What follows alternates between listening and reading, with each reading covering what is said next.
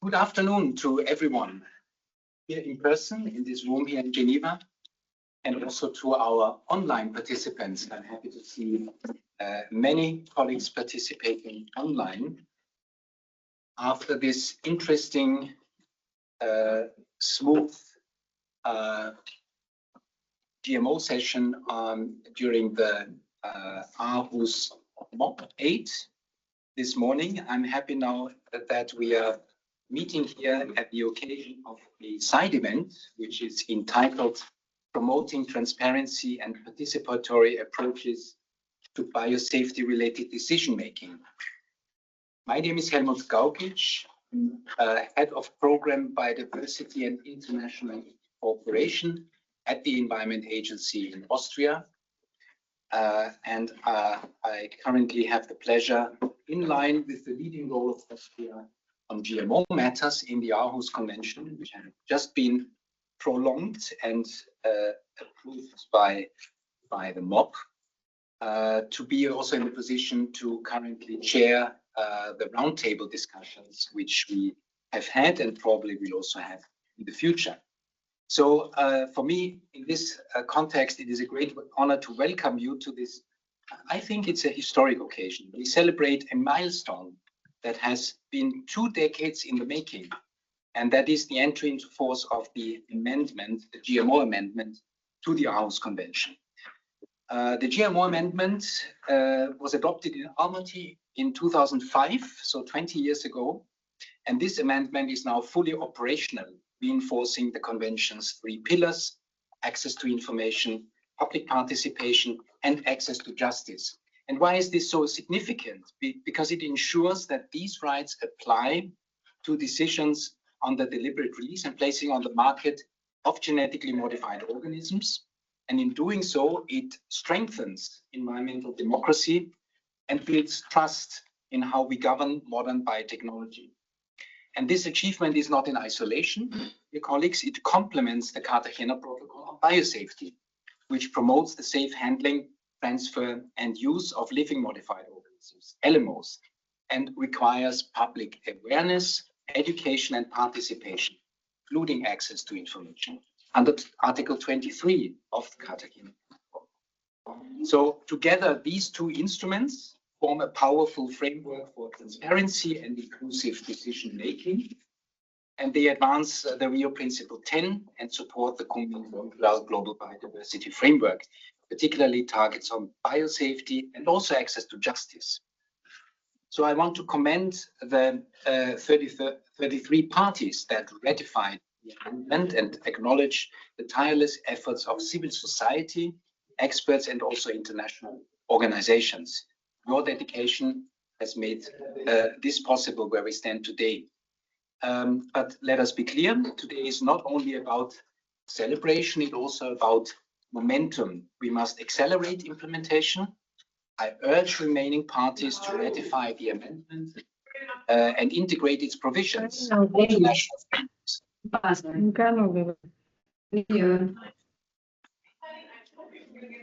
Participants online, please switch off your microphones. Collaboration between Aarhus and Cartagena stakeholders will be key to success. So this is some kind of victory for transparency and participation and environmental democracy. It is a reminder that when we work together, we can ensure modern biotechnology serves people and nature. We also thank the 29th Working Group on the collaborative recommendations for the 2 secretariats and between member states and parties to the CBD and the Aarhus Convention. Today's discussion from the GMO session at MOP 8 resulted in excellent decisions on the way forward. And it just concluded this morning.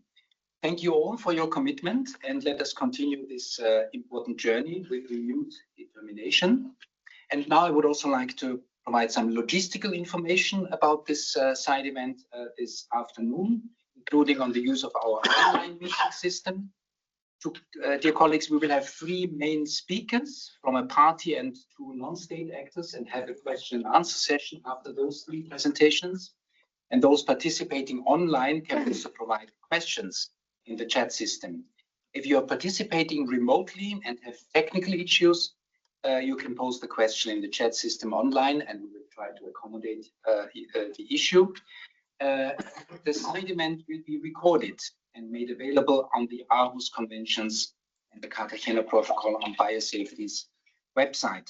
But before we move to the three main speakers and question and answer and discussion session, we will have some very important announcements and welcome notes also in the beginning. And to begin our deliberations, I will ask the UNEC Secretariat, Director Marco Keiner, to have his welcome statement. And Marco, we are very honored to have you here. Please. Thank you, Chair Helmut.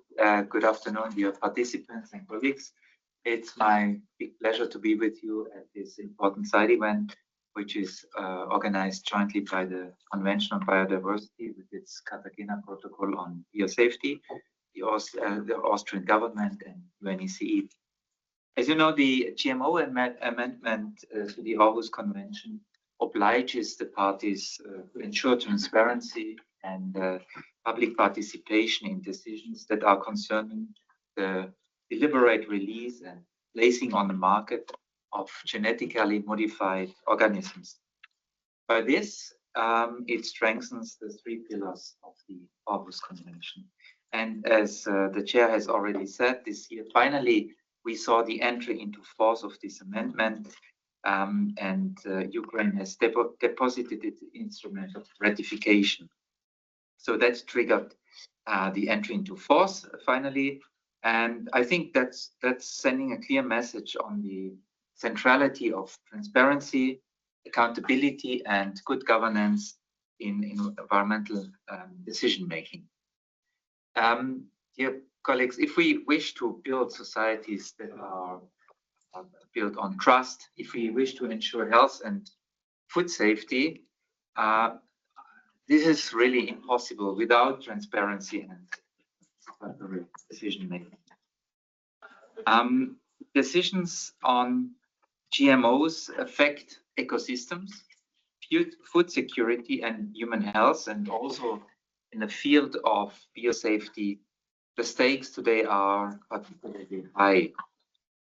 I like to underline that transparency and effective public participation in these areas directly support the achievement of several sustainable development goals, as well as the public perception of the relationship between GMOs and SDG. Just to give you an example, it's about zero hunger, the SDG 2. It's about SDG 15 on life on land, SDG 16 on responsive, inclusive, participatory, and representative decision-making. And these goals remind us that environmental governance is not just about protecting nature, but empowering people and also building trust between governments, scientists, and the public.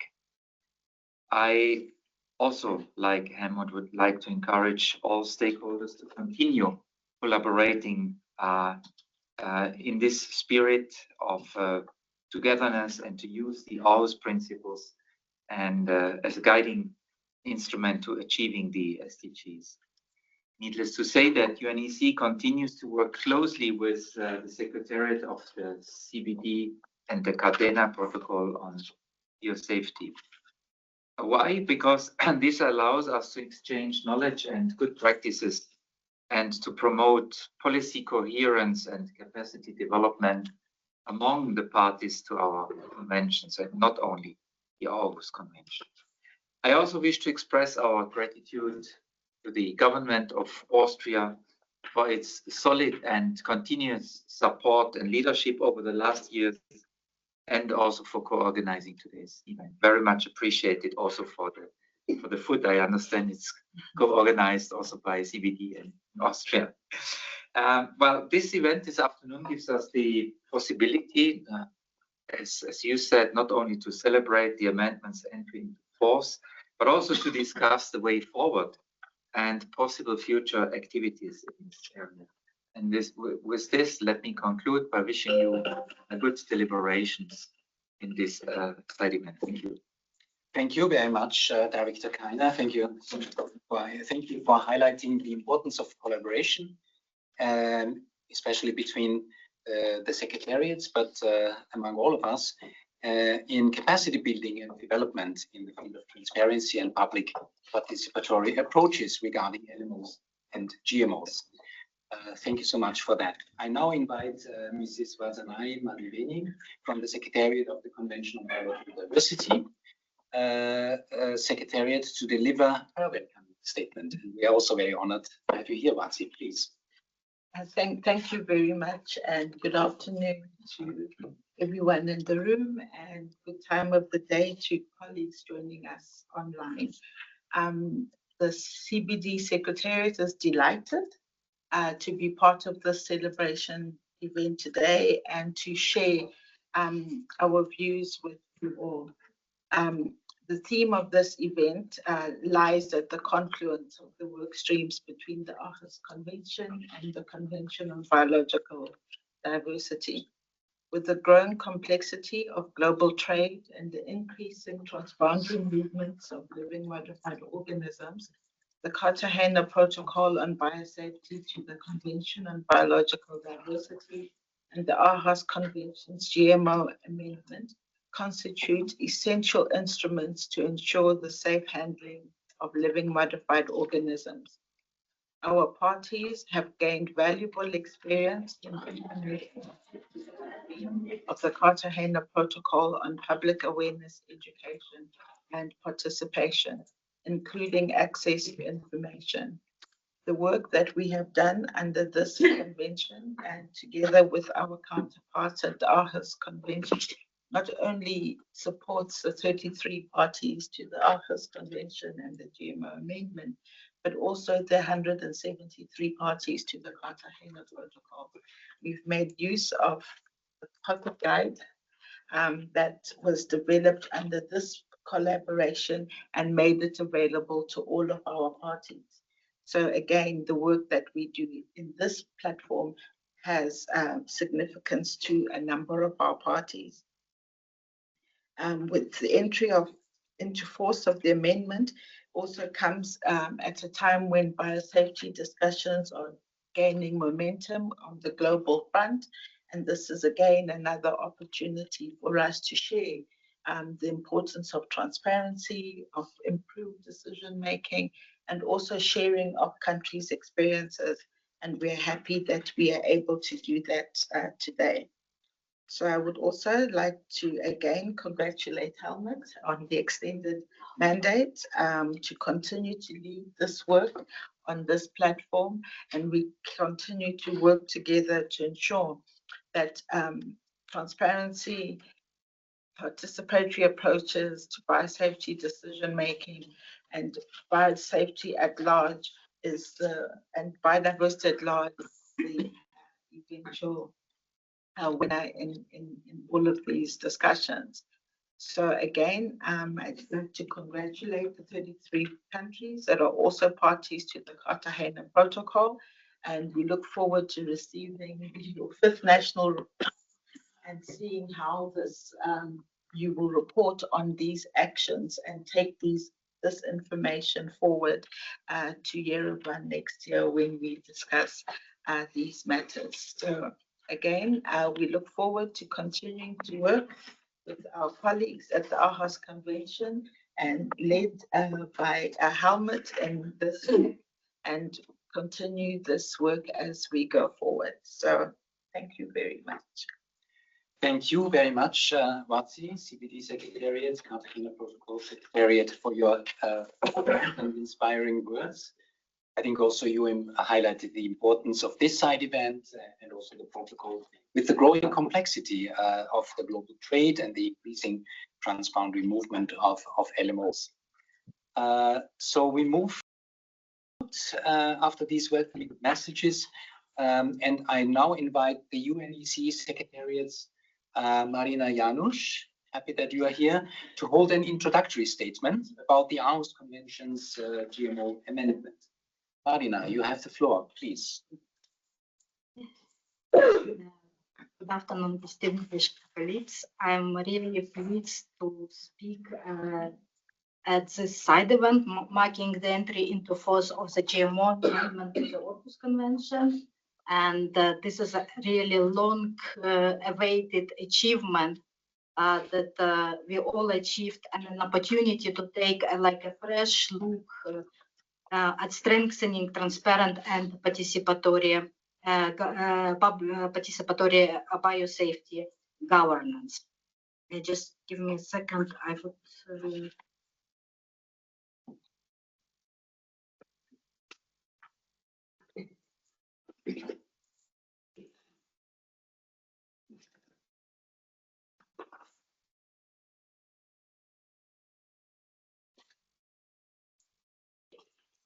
The Convention objectives to contribute to the protection of the right of every person, present and future generation, to live in an environment adequate to his and her well-being is closely linked to the biosafety methods. And we all know that the Convention establishes the procedural rights and imposing obligations on the parties regarding effective access to information, public participation in decision-making, and access to. And throughout the meeting of the parties, we've learned that these obligations are reinforced by the reporting requirements and the compliance mechanism under the Convention. And the Convention remains complementary and mutually supportive framework of national biosafety frameworks. The GMO amendment adopted in 2005 strengthened provisions on public participation by introducing Article 6 bis and Annex 1 bis, covering important matters related to deliberate release into the environment and placing GMOs in the market. However, these new provisions, as was mentioned, apply only to the parties that joined the GMO amendment. And for other parties, it's only Article 6, paragraph 11 applies in this case. And we need to be mindful guidelines also address the issue of the fake use of GMOs. Currently, there are 33 parties to the GMO amendment. And of course, further efforts are needed to promote the ratification and implementation of the GMO amendment among the parties, that we have a common framework and can learn from good practices and challenges. And similarly to the Cartagena Protocol, the Aarhus Convention also supports efforts for promoting public awareness and education in biosafety matters. And with regard to the transparency, it's important to remember that the Convention definition of environmental information also includes genetically modified organisms, and that Convention promotes maximum disclosure of information. And similar to the Article 29 of the Cartagena Protocol, the GMO amendment and the LUCA guidelines also define information and that should not be considered confidential. And this could provide a good opportunity also to exchange good practices and challenges in this area, as well as the convention also is, the Aarhus Convention also establishes optional grounds for refusal that should be interpreted in a restrictive way, and introduces public interest tests that should be carried out with regard to the request to disclose any information. With regard to the public participation in decision-making, decisions on specific activities involving LMOs and GMOs will be covered now for the 33 parties by Article 6 bis and Annex 1 bis. However, we can be mindful that there is also Article 6.1b that could cover actually the situation of public participation in other biosafety matters, depending on the further developments in the technological area, as well as plans, programs, and policies would also cover a broad range of biosafety measures, as well as the same applies to the public participation in the adoption of regulations and other legally binding instruments. And also the Convention's provisions, the GMO amendment and the LUCA guidelines also promote public access to justice in the context of GMOs. And we know that it was discussed during the global roundtable, the last working group of the parties thematic session. It is highly relevant also for target 22 of the global biodiversity framework, and also for the supplementary protocol on liability and redress to the Cartagena protocol. However, this meeting also identified further actions and further measures that could be taken in this area, and I think it would be good to monitor the progress in this area. And we continue promoting the implementation of the GMO amendment, the implementation of the Aarhus Convention in the context of GMOs and LMOs, broadly biosafety measures, and you can find further material here online. Thank you very much. Thank you very much, Marina, for this excellent introductory presentation. And I found it particularly interesting that you provided also some forward-looking perspective, how further developments could look like. And as you rightly say, the entry into force on 20th April 2025, following Ukraine's ratification, really marks a major step towards inclusive governance in the biosafety area. So I now invite CPD Secretariat's Ulrika Nilsson, next to Marina, to hold also an introductory statement about Article 23 of the protocol, Target 17 of the convened Montreal Global Biodiversity Framework, and also the availability of the pocket guide printed for this side event. You have already seen it in the hands of Vazi. I show it to you again. So Ulrika, you have the floor. Okay, so yes, I will present a little bit about Article 23 on public awareness, education, and certification, including access to information, and Target 17, Montreal Global Biodiversity Framework.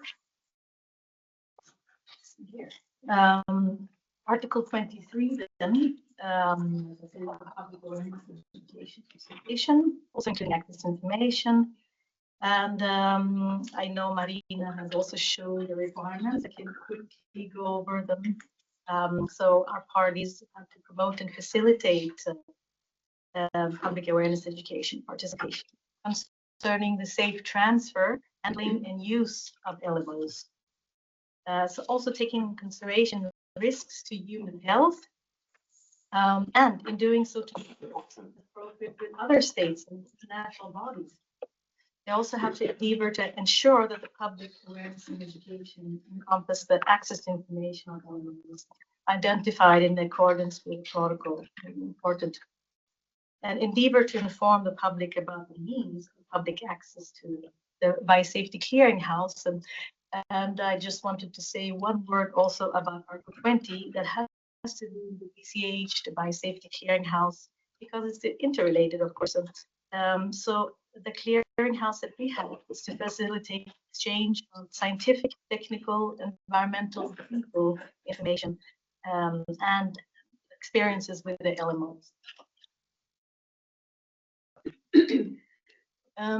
Yeah, and we have now also an implementation plan for the Cartagena Protocol. It was adopted at our meetings of the party, the 10th one. So it's still new, but it would be it's up to 2030. And the implementation plan is a broad, desirable achievements to accomplished, and it will help guide countries or our parties in their implementation of the protocol in their progress. And it complements the convened Montreal Global Biodiversity Framework. Just to mention, in the past we did not have a target in a strategy on biodiversity, but now there is a target 17, so it's interrelated now. We're interrelated much more with the conventional. And the goal under the implementation plan, B3, that's done with that the parties have to promote and facilitate public awareness, education, participation. But just to mention also, there are indicators within this implementation plan that countries have to meet. And with the fifth national report that are due 28th February next year, that's sort of our midterm evaluation of the plan. So we will see how the implementation has been going, also on Article 23. But of course, many other provisions of the protocol. And it's supposed to be presented then by our meetings of the parties. 12th one, which will come up very soon next year, 19th to 30th of October, 2026, right, in Armenia. And also to mention just capacity building action plan for the protocol. It was adopted at the same time. The countries have to implement this or try to follow the guidance by 2030. And it's to facilitate the development and strengthening of capacities of parties to implement the protocol. So we heard also statements before the capacity is such an important key issue. So it is really important and aligns with implementation. Also to mention the goal in this capacity building, there is the same phrase as the implementation. So in B3 also. Target 17 then of the Convened Montreal Global Framework was adopted at the Conference of Parties to the Convention on Biodiversity, 15th one. Up to 2030 also, the theme is there to living in harmony with nature. And this target 17 is to strengthen biosafety and distribute the benefits of biotechnology, to establish capacity for and implement in all countries biosafety measures, as is set out in Article 8 and of Convention on the biological diversity. Measures for handling of biotechnology and distribution of its benefits as set out in Article 19 of the Convention. So now you see we try to connect way more with the Convention, and also is a boost to the parties of the Convention to implement the Cartagena Protocol safety. And something related also to the Aarhus Convention is that we do have a target 22 of the Convened Montreal Global Biodiversity Framework, and is to ensure participation in decision-making, access to justice, and information related to biodiversity for all, which could be applied to the protocol. And now I will talk a little bit about our joint materials. We have worked many years with the Aarhus Convention, and there have been many products. We'll talk about the pocket guide because that's our recent developments we've had, and we launched the booklet last October 2024. We had a joint side event with Aarhus Convention during this time, but we have brought copies for people who are in person here in different languages at the back, so you can pick up a copy at the end of the side event. And the pocket guide has been developed as a resource really for governments and others to strengthen the capacity in ensuring effective access to information and fostering meaningful public participation in decision making related to living modified organisms and genetically modified organisms. So it's a joint material I'm very proud of. And I will also talk just a little bit about a strong collaboration that can be built in the future. Enhanced cooperation between Aarhus Convention and Biosafety Protocol focal points. This has already been discussed in the working group 29, and today too we heard in plenary. So a very good point how this could be enhanced, and very important to integrate information systems, exploring links with the Biosafety Clearinghouse and the Aarhus Convention Clearinghouse, joint capacity building on guidance to support member states, stakeholder networking, Secretariat level coordination. Activities will continue to a more coherent kind of global framework that enhances transparency, strengthens biosafety governance, and ensure meaningful public participation in GMOs and most decision making. So thank you so much. My presentation. Thank you very much, Ulrika, for this excellent presentation. I'm really happy, and I think we all are happy about this very effective collaboration between the two secretariats. Today's side event is another example how well that functions. And this, of course, has an influence also on the collaboration then in all the countries and organizations.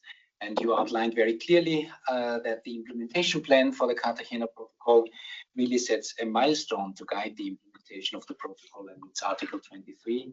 And I'm also happy and value the plan with the coming global biodiversity framework, as well as again mentioning the key joint pocket guide from the CBD and the Aarhus Convention that really helps practically countries and stakeholders to strengthen capacity in public participation approaches.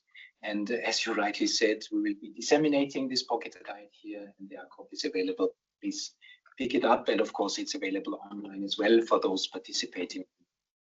So, dear colleagues, with these welcoming statements and these introductory presentations, I think we have very well paved the way for the next step now in this important side event. It is another main item, and here we will share experiences, and we will hear presentations about transparency and public participatory approaches on biosafety-related decision-making and the role of the GMO amendment. And first of all, I'm now happy that we will hear from the Ukraine, rightly mentioned a couple of times already today. And then we will also hear other statements from non-state actors and then inputs from countries on implementation on transparency and public participatory approaches.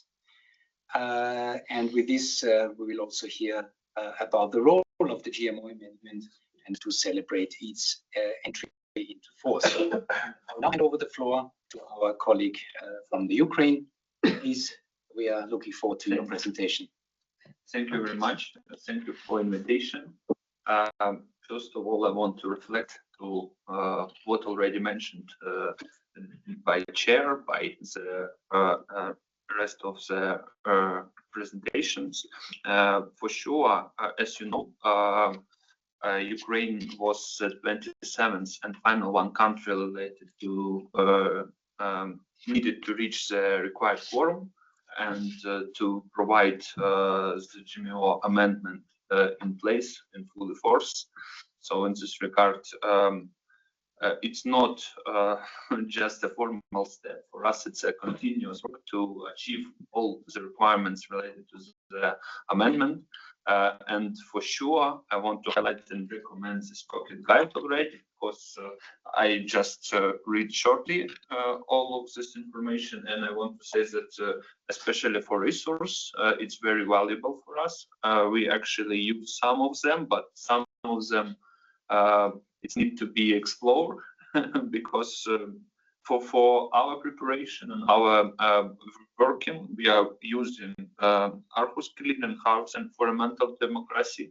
We also use tools and resources to support implementations, and we use national implementation reports, which are highlighted in this resource.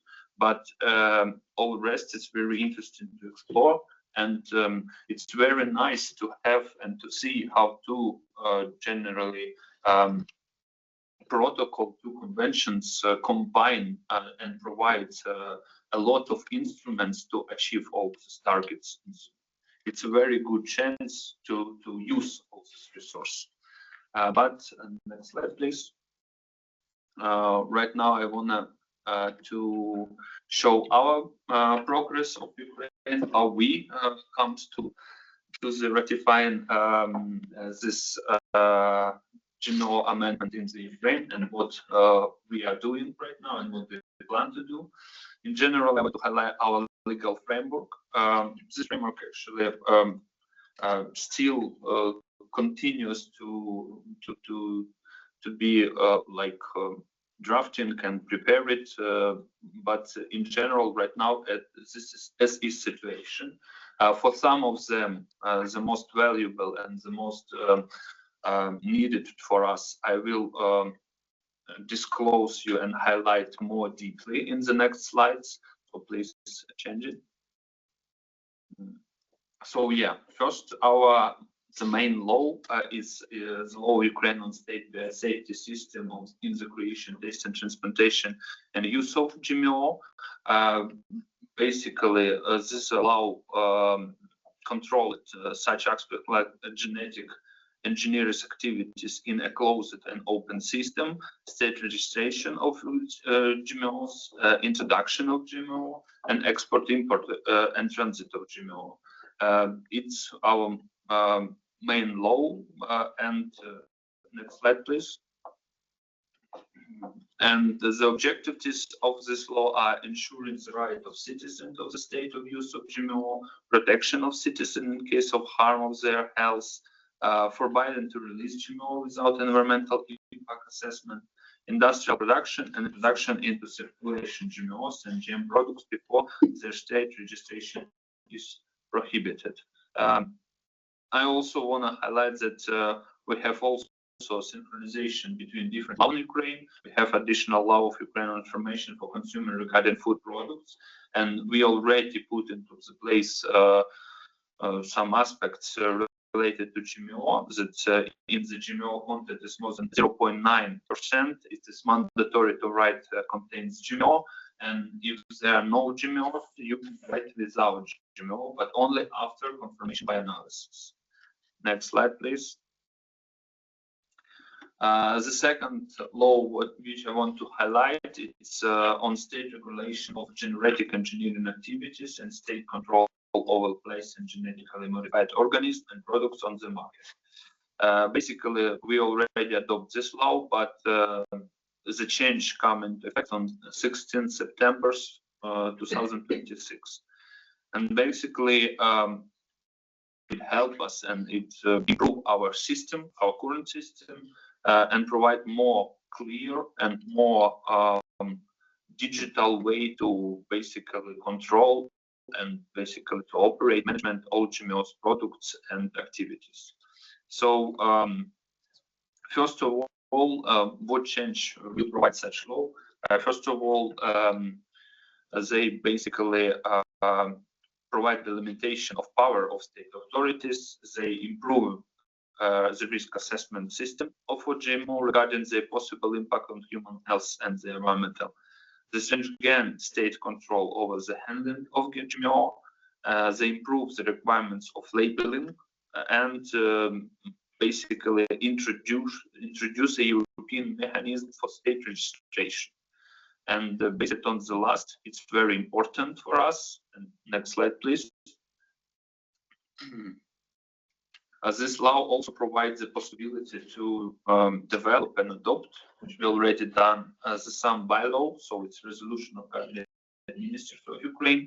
First of all, it's some issued state registration of genetically modified organism. In this regard, we create the possibilities and basically the mandatory requirements for the application for state registration of genetically modified organism, included the material of the registration dossier published on the official our ministry website, and within 10 working days from the date of submission, and any person within 3 months from the date of publication of the application of the official website of the ministry has the right to submit objections, and we must to answer them in writing and basically include it into the decision-making processes. Next slide, please. In addition, we also, based on this law, develop and adopt the resolution of the Cabinet of the Ministry of Ukraine on approval of the procedure for maintaining the state register of genetically modified organisms. And I think it will be the most valuable achievement in our basically operations and management of GMO products, because it's introduced a registry of genetically modified organism, which will be fully online, like IT system. This IT registry will provide every environmental information to the public, to all stakeholders, without any changes, without any I don't know, any issues of this. So basically the implementation of this registry will allow to keep a centralized record of all registered GMOs, control the distribution, monitor, and dismantle relevant information among both government agencies and the public. Next slide, please. What this registry will contain. Basically, we prepared this slide, and the main and general information will be in the register, such as name of GMO, unique identification number, characteristics, intended purpose, methodology for determining, information of restrictions, availability of past registration monitoring plan, information about the owner, and dates of registration, termination, suspension, or cancellation of registration. So all of this will be mandatory to be included into the register, and this information will be in place on this register for all time being process. Thank you for your attention. In general, it's all what I want to highlight right now, and I'm ready to some questions if you have. Thank you very much for this excellent presentation, and again, congratulations to your country and the effort really to trigger the entry of the GMO amendment under such extraordinary circumstances. Now, our next speaker will be from CropLife International, Sarah Luki. I understand that we will hear a pre-recorded presentation by Sarah because fortunately she cannot be with us here in person. So please. I work with CropLife International, which represents the global plant science industry, including the major developers of GM crops. And I wanted to thank the Secretariats of the Convention on Biological Diversity and the Aarhus Convention for allowing me to participate in your side event today on this very important topic and record this presentation. I'm based in Seattle, Washington. It's 3 o'clock in the morning for me. Trust when I tell you that you are getting a much more thoughtful presentation recorded than you would get from me live. So thank you for the opportunity to participate in this and do this remotely. I wanted to take just a couple of minutes today on your agenda to talk about some best practices and lessons learned from the private sector on this very important topic of promoting transparency and participatory approaches to biosafety decision-making. For context, the CropLife International has engaged in implementation discussions under the Cartagena Protocol on Biosafety since its inception. Part of those efforts relate to our role in implementing Article 23 of the Biosafety Protocol, and this intersects with work in the Aarhus Convention as all of the Aarhus parties implement the GMO amendment. I wanted to take a minute today to share some of the publicly available resources that we have that contributes further to the goal of full transparency and public participation in decision-making on GM crop approvals. So very briefly, just to say that we represent something called the Global Industry Coalition. You may have heard about that coalition within the context of CBD meetings or biosafety protocol meetings. And we do this to make sure that we are a truly global representation, partners in over 25 countries, coordinated closely with other industry stakeholders. This is so that you get a kind of a one-stop shop. So what I'm presenting to you today represents the views of our full global organization and also coordinated with the grain and seed trade industry. So just to speak very quickly today about some of the publicly available databases that we have produced to share information as widely as possible about our member company products. And these are intended to be resources and tools for both governments to use as they go through the regulatory process for dossiers submitted by our member companies, but also for the general public who can access this information anytime on these publicly available databases. So the first one I'll talk about is biotradestatus.com. And this website was initiated some years ago, maybe 15 years ago now, in the context of the discussions under the Biosafety Protocol on Article 18. So sharing information around commercial status of the products that are in the global marketplace.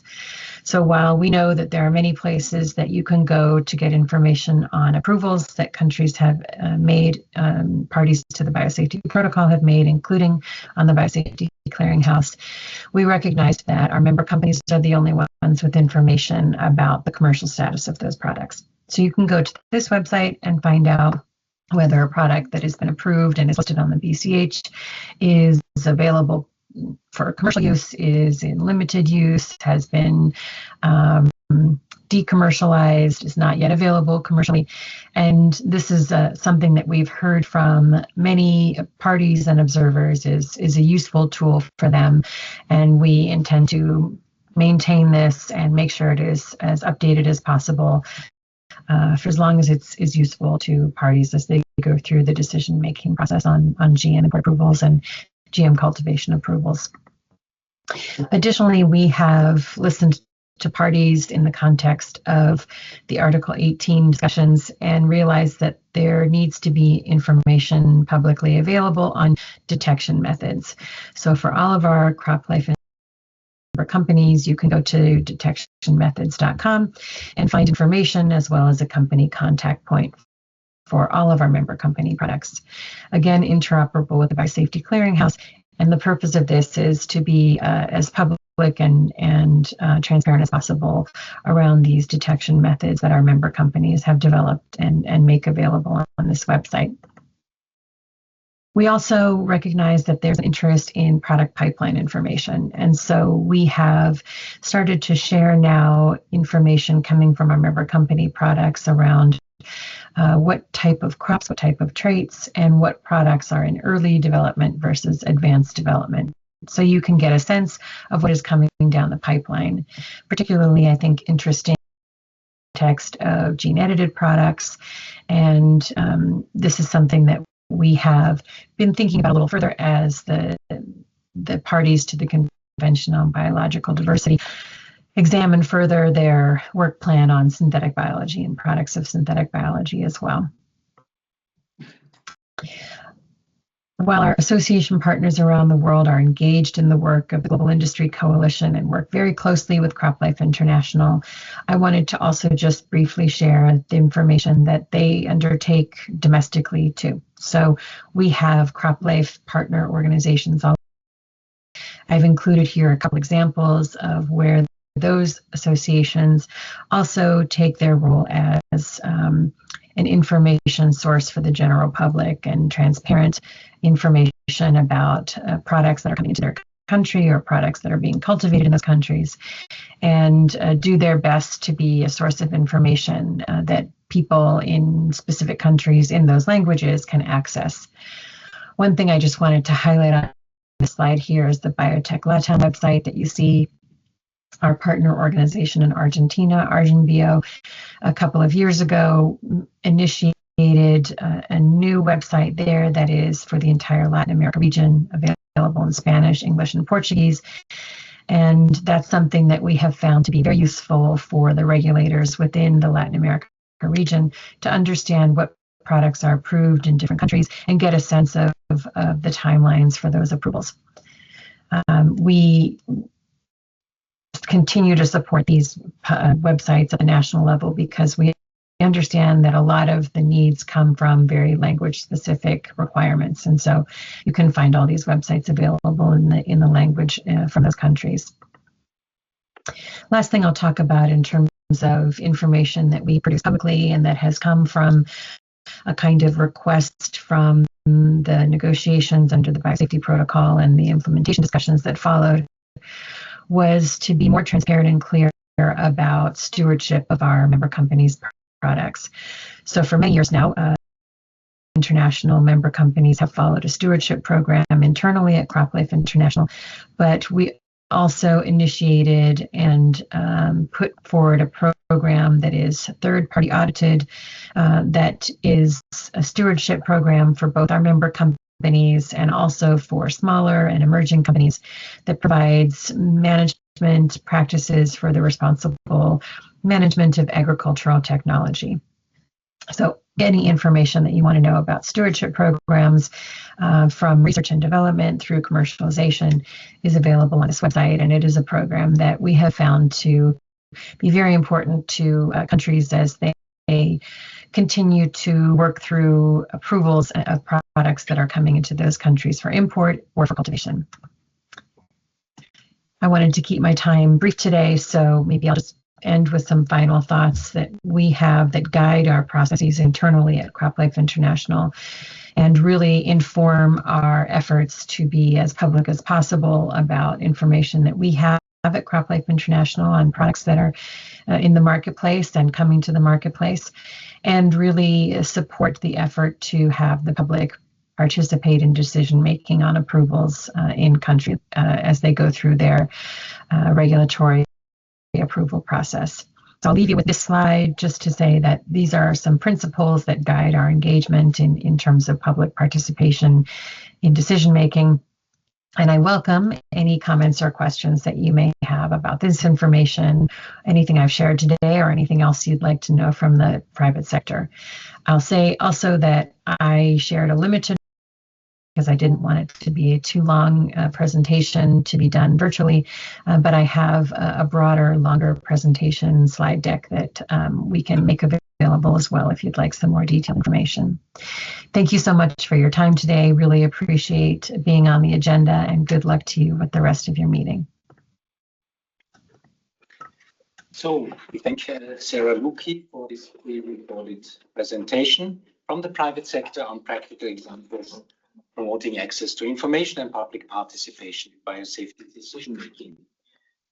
So time is progressing, and I now hand over the floor to our third speaker from EcoForum, Ilya Drombitsky, Aarhus EcoForum. He's Executive Director of EcoTIRAS, International Association of River Keepers, and you will present. We are looking forward to it, Ilya. Thank you, and all participants.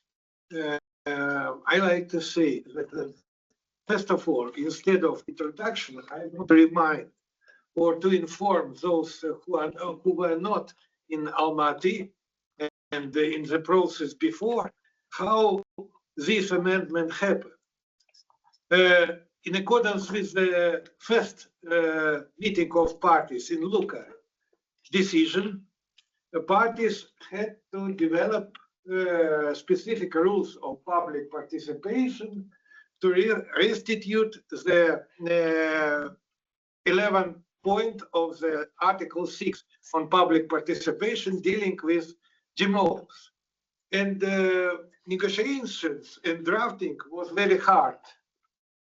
It was it appeared 4 legal options. And fighting in that time, the countries of the former Soviet Union republics were very much in favor of progressive decision, when EU was for more restrictive solution, like, for example, simple reference to Cartagena Protocol, Article 23. These negotiations gone about 2 or 3 years. And finally, in February 2005, on one of sessions, EcoForum proposed the Moldovan State Secretary to sign the proposal on behalf of Moldova. And he signed, maybe not understanding clearly what he is signing, but it was very progressive version. And because it was a party, Secretariat had to take into account and countries too. Then when we come back home, it started pressure from US Embassy, from Brussels too, but we pushed minister of that time, he was enough progressive, that if we will ask more, we will receive less. And coming to Almaty, it was 3 days before the meeting of parties. With Western experts, with EU experts, we found the solution, which you see. And everyone who is familiar with international negotiations said it could be precedent of decision-making when 3 days before official meeting, something is decided. But it has happened. And so we have this amendment to the convention. And the Moldovan minister came as a winner at home. What I want to say, public awareness, access to information and education in this issue is very important. Why? Because, next one, because great majority of people are not well aware what is it, and they follow different myths mostly. But general understanding of Europeans is that it is better to use traditional food rather than genetically modified. And we could not change and not should change this attitude.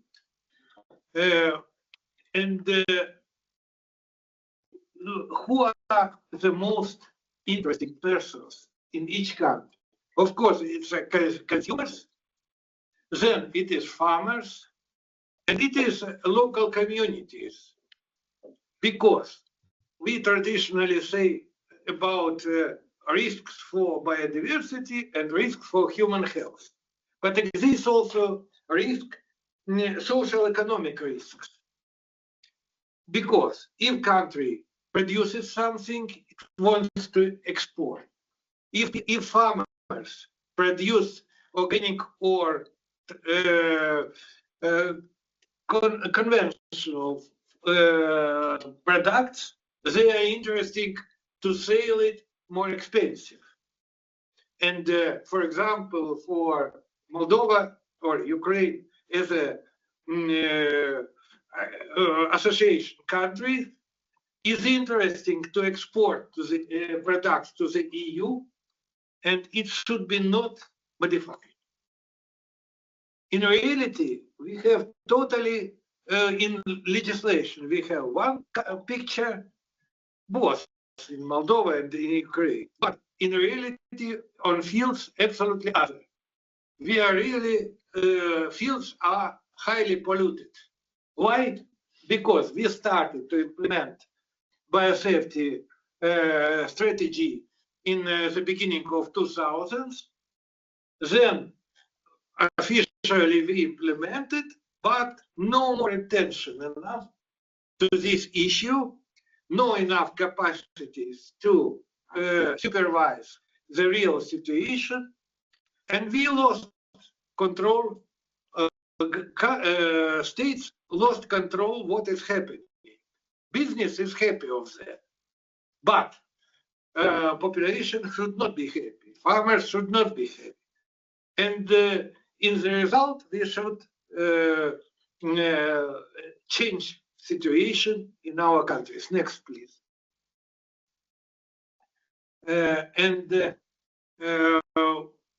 We need to reconstruct practical situation that what is written in legislation should be implemented in reality. It is in favor of it is in favor of human health, it is in favor of biodiversity. But it costs, evidently, that we need laboratories, we need improvement agencies, and we need attention of population. Because in conditions of the war, of course, in conditions of economic crisis, evident, and poverty, it is difficult to attract attention of population to such issues. Next one, please. And we attract attention to the necessity of special rules on coexistence.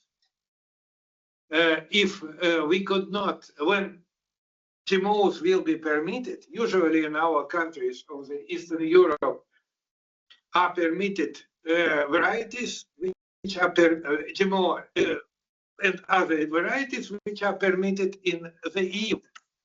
So the permission is not a great problem. Important to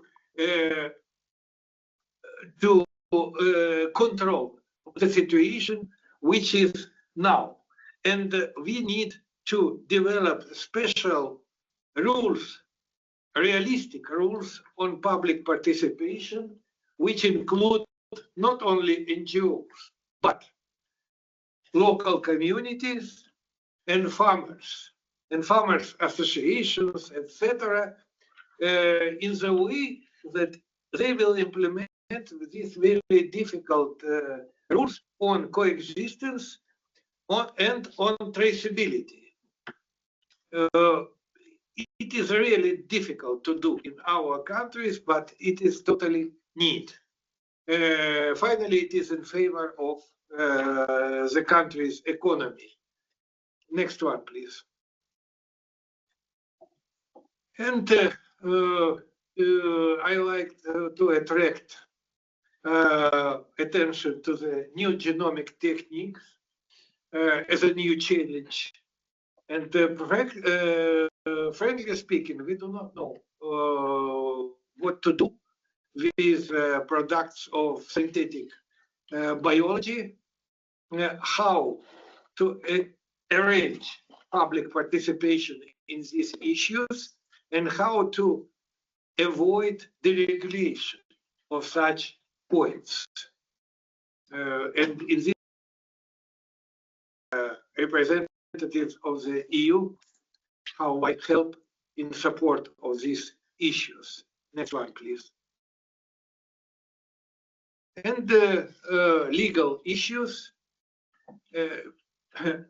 We need to improve national legislation, despite we are trying to do in these countries promotion of the EU legislation. We need to be realistic and to do legislation which could be implemented in our country to avoid the situation of this double situation when we have a good established legislation, but this legislation is not working in practice or partially working. Next one, please.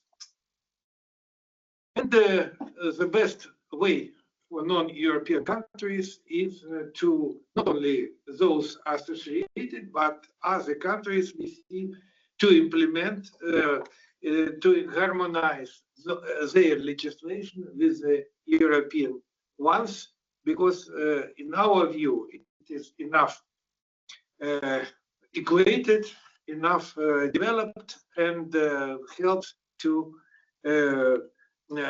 resolve these problems. Thank you for your attention. Thank you very much, Ilya, for this excellent presentation and for your insights. Thank you also for a little history, how the GMO amendment in Almaty actually materialized. That was also very, very interesting and mindful. Now, dear colleagues, I would like to thank all three presenters of this block. Excellent presentations, you three non-state actors. I'm also mindful of the time. People may need to go soon back to the meeting of the parties about to start at 3 p.m. I'm sorry that we are now running a little short of time, but I would still like to open the remaining part of this side event as inputs from countries and other stakeholders, and maybe also some celebratory statements to listen to, and to demonstrate synergies between the Aarhus Convention and the Cartagena Protocol on biosafety. Please also let us know or let the two secretariats know about your country's existing and upcoming comprehensive action plans and initiatives to implement Article 23 of the Cartagena Protocol. So I'm looking if there are any requests for the floor here in person in the room here in Geneva. And I would also like to invite online participants, if they have a question or a contribution, to put it to the chat, and we will try to monitor the chat or even raise your hand, and then we will give you the floor for a brief question or contribution. Who would like to come in at this stage? Just ask a question, maybe excellent interventions that we've heard, because during the past intersessional period, we have done there was some discussion about the developments of digital product passports that would be applicable for a wide range products, of course, and it would be interesting if there was a discussion, or anyone might know about the discussion whether digital product passport could be applicable for traceability of, for example, genetically modified organisms or living modified organisms. Hey, thank you, Marina. This is an excellent point. Not a particular expert on this issue. It refers a little bit to the question of unique identification of GMOs, LMOs, also in products, and different means of allowing that, in addition to analytical basis for that purpose. I don't know if anyone in the room to reflect on this point, or any online participant. Yes, please, Antje, and please introduce yourself with one sentence. Antje Loch from Europa. I participate both in the Aarhus Convention and the CVD. And for GMOs, we do have the unique identifiers, as you just mentioned, something that's something like MON 813 or so. And in the Biosafety Clearinghouse, we have also introduced a barcode for each of them that is required to be put on any application for movement of a GMO. That to the information in the Biosafety Clearinghouse. So in that regard, we might have preempted the idea of digital product passport by having the unique identifier and the barcodes already. Thank you for this clarification. See, okay, so we were forward-looking, and I hope that that answers also your point for the time being. Any further questions from our speakers, reflections, additional points which colleagues would like to raise before we move towards conclusion of this side event this afternoon? Do we have anything in the chat right now? No? Okay, so in this case, I also don't want to prolong the discussion, also mindful of the fact that many have to go very soon, at least those being here in presence. Hand up, actually. There's a hand up, okay. Let me know who it is. Third World Network, yes, please. Go ahead. Thank you so much for giving me the floor, even though I'm online. It's been very interesting to listen to the deliberations. And I would actually like to commend all the parties for this important occasion. I think the issue of public education, awareness, participation, access to information, and access to justice is absolutely central to biosafety implementation.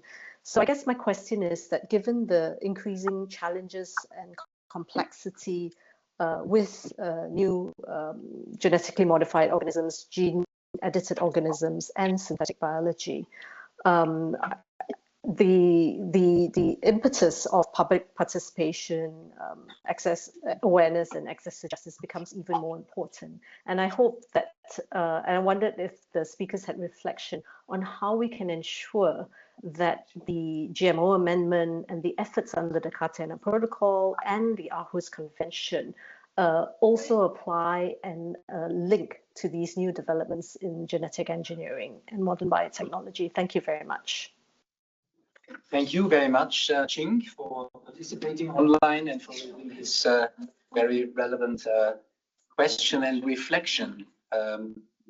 anyone in the room would like to respond, share his or her thoughts on how we could manage this challenge and also this important point?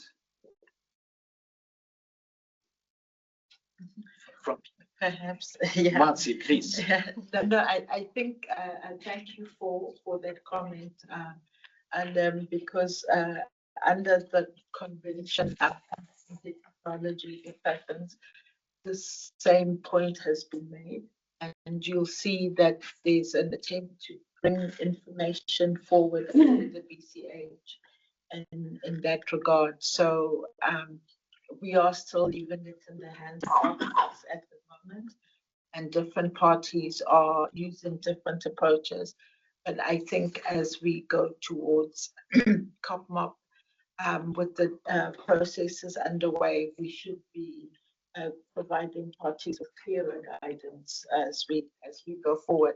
But there is some information currently on the BCH that would be helpful. Thank you, Marzi, for this clarification. If I'm not mistaken, correct me if I'm wrong, I've seen something like that on the COPMOP agenda for the upcoming one. So definitely will be an item there. And we also heard Ilya in his presentation to the challenge of new genomic techniques. So it's definitely an issue which will be on our plate for the next weeks and months to come. Dear colleagues, today's event is not just about the celebration of the entry into force of the GMO amendment, but also to enhance the joint Aarhus Convention CPD collaboration and support for the two treaties to protect biodiversity. So I would like to congratulate member states for the GMO amendment milestone. I would also like to congratulate member states parties and the two secretariats for the collaborative achievement so far, reminding us that, and here I'm repeating what I said in the beginning, that openness and inclusion are not optional, but they are essential for building trust and safeguarding biodiversity, and this should all be our common goal. Together we can make these principles a reality.